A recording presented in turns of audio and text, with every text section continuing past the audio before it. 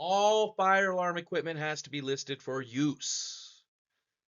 Let's take 2 minutes to learn a little bit more about what that actually means. So, according to NFPA 72, Chapter 10 requires equipment to be listed for use. That applies to the application of the actual equipment as well as compatibility of the equipment. So, listed for use. Equipment must be listed for the purpose that it's going to be used for. Applies to the application. Is it going to be commercial? Is it going to be a home system? That's going to be one of the things we look at. Mounting, the environment that it's used in, has to be listed for all of those things. Not all fire equipment is suitable for every application. You have certain pieces of equipment that have very, very certain conditions that it has to be used within.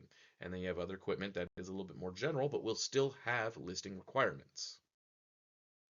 So, listed for use, manual fire alarm box. Most of your pull stations are listed for indoor use. You do have options for outdoor pull stations. If you are going to have a pull station outdoor, the unit used has to be listed for outdoor use.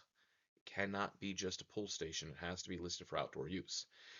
It may be the same model, or it might use its own special back box, but it has to be listed for use for outdoor application.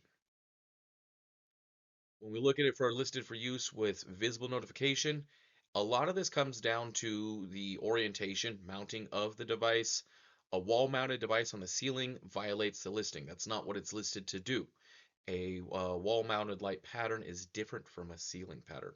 Wall-mounted is going to project 180, whereas most of the time with ceiling-mounted, it's at 360.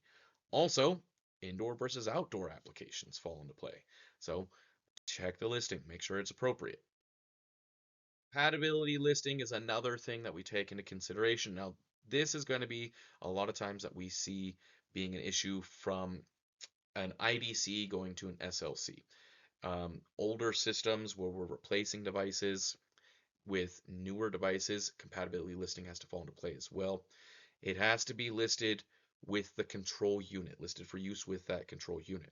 This is going to ensure operation, but also correct receipt of signals.